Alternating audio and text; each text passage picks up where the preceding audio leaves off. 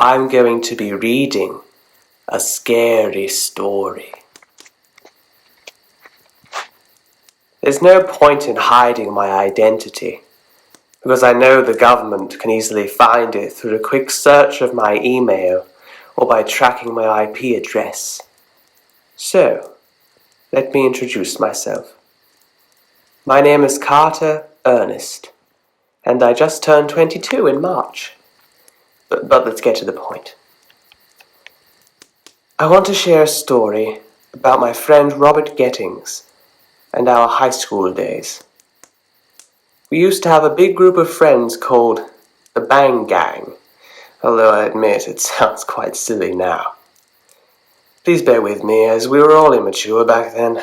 We were juniors, around 17 years old, except for Haley. Oh, pronounced Hailey? Even I still forget that. Hailey turned 18 a few months before us. We affectionately called her Mama Bang. Each of us had ridiculous nicknames that the others came up with. For instance, they named me Tread Bang because of a treadmill incident at the gym where we used to hang out. Joseph, the guy who brought us all together, found me lying on the ground after I tripped on my untied shoelaces while running. He decided to give me a ride to Hailey's place, who was studying to become a nurse and could take care of me.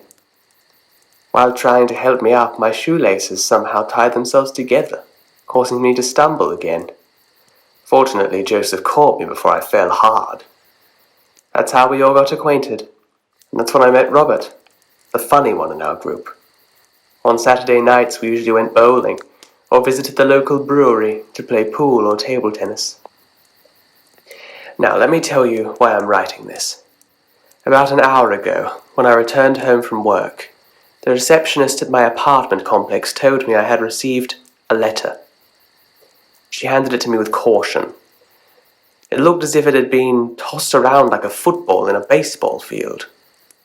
I took the letter upstairs to my apartment, placed it on my TV stand, and went to grab a bite to eat. Although I mostly forgot about the letter, it suddenly popped into my head while watching TV. Damn ADHD! I jumped off the couch, hurried over to the letter, and opened it carefully, avoiding the grimy parts. Inside was a piece of paper, folded into thirds, torn out of a spiral notebook. As I read the words at the top, Carter, please believe me. My eyes shot to the bottom of the worn-out paper, which read, Goodbye, Robert. I was stunned. At first, I thought it was a prank by someone from our old group. Robert had gone missing toward the end of our junior year and was presumed dead, but his body was never found. Disbelief and curiosity flooded my mind, urging me to read on. Carter, please believe me. I swear what I saw tonight was true. I wasn't fooling around, I swear.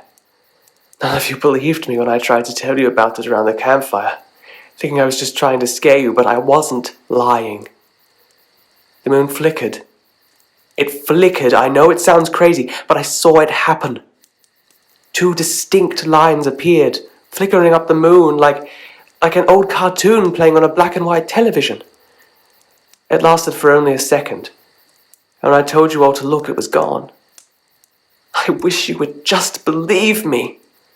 I can't sleep after what I witnessed. I tried researching online, but found nothing. Whenever I posted about it, the posts vanished, as if a bot instantly deleted them. I can't even text anyone about it.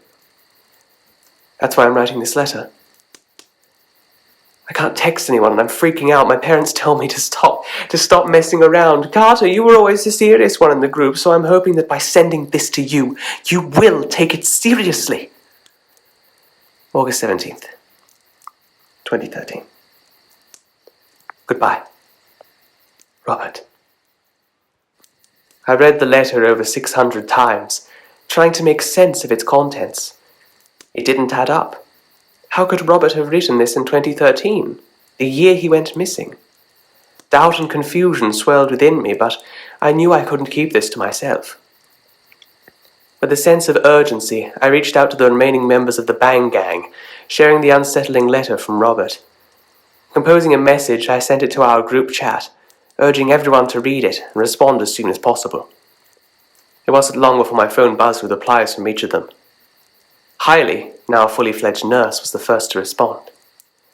She expressed shock and disbelief, questioning how Robert could have possibly written the letter after all these years. Joseph, always the voice of reason, suggested that we meet in person to discuss the situation and attempt to unravel the mystery. We agreed to gather at our old hangout spot, the local brewery where we had spent countless Saturday nights during high school. As I entered the dimly lit establishment, a palpable tension filled the air.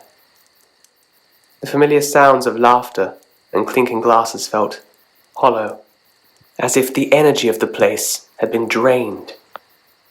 Hailey, Joseph, and I settled at our regular table, anxiously awaiting the arrival of the others.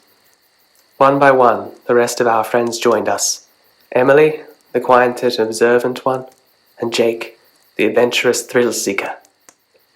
Greetings were exchanged, each reflecting concern and confusion. I placed the crumpled letter on the table, and one by one my friends took turns reading its contents. Their expressions mirrored my own, an unsettling mix of disbelief and unease. We engaged in a heated discussion, analyzing the letter and attempting to piece together a plausible explanation for its origin. Joseph suggested that it might be a cruel prank, orchestrated by someone who knew about Robert's disappearance and our shared history. However, as we delved deeper into the details, an eerie realization washed over us. The mention of the flickering moon, the strange online censorship surrounding Robert's attempts to share his experience, and the inexplicable delivery of the letter after all these years. It was all too peculiar to dismiss as a mere prank. An unsettling silence fell upon the table, broken only by the distant hum of conversations around us. We exchanged glances, each of us contemplating the implications of the letter and the growing sense that something extraordinary was at play. Driven by curiosity and the desire to uncover the truth, we made a collective decision to investigate further. Drawing upon our individual skills and expertise, we assigned tasks to each member of the group. Hailey would delve into her nursing connections, searching for any records or peculiar incidents related to lunar phenomena. Joseph would scour online forums and deep web communities, hoping to uncover any traces of Robert's posts or similar experiences. Emily took on the responsibility of researching local legends and paranormal occurrences, seeking any folklore that might shed light on Robert's encounter. Jake volunteered to visit the location where Robert claimed to have witnessed the moon flickering, hoping to find physical evidence that could validate his story. Days turned into weeks as we immersed ourselves in research and analysis. Late-night conversations and frantic exchanges of information became the norm. Each new revelation fueled our curiosity and heightened our unease. We realized that what we had stumbled upon was far more profound than a simple prank or an odd coincidence. After weeks of tireless investigation, we had come up empty-handed. No concrete evidence, no substantial leads.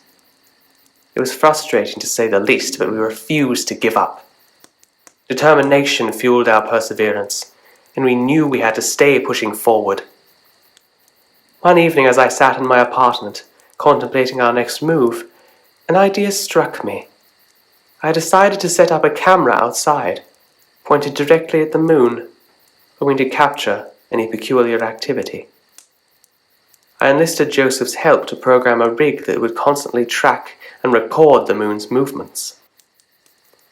With everything set up, I left the camera running throughout the night.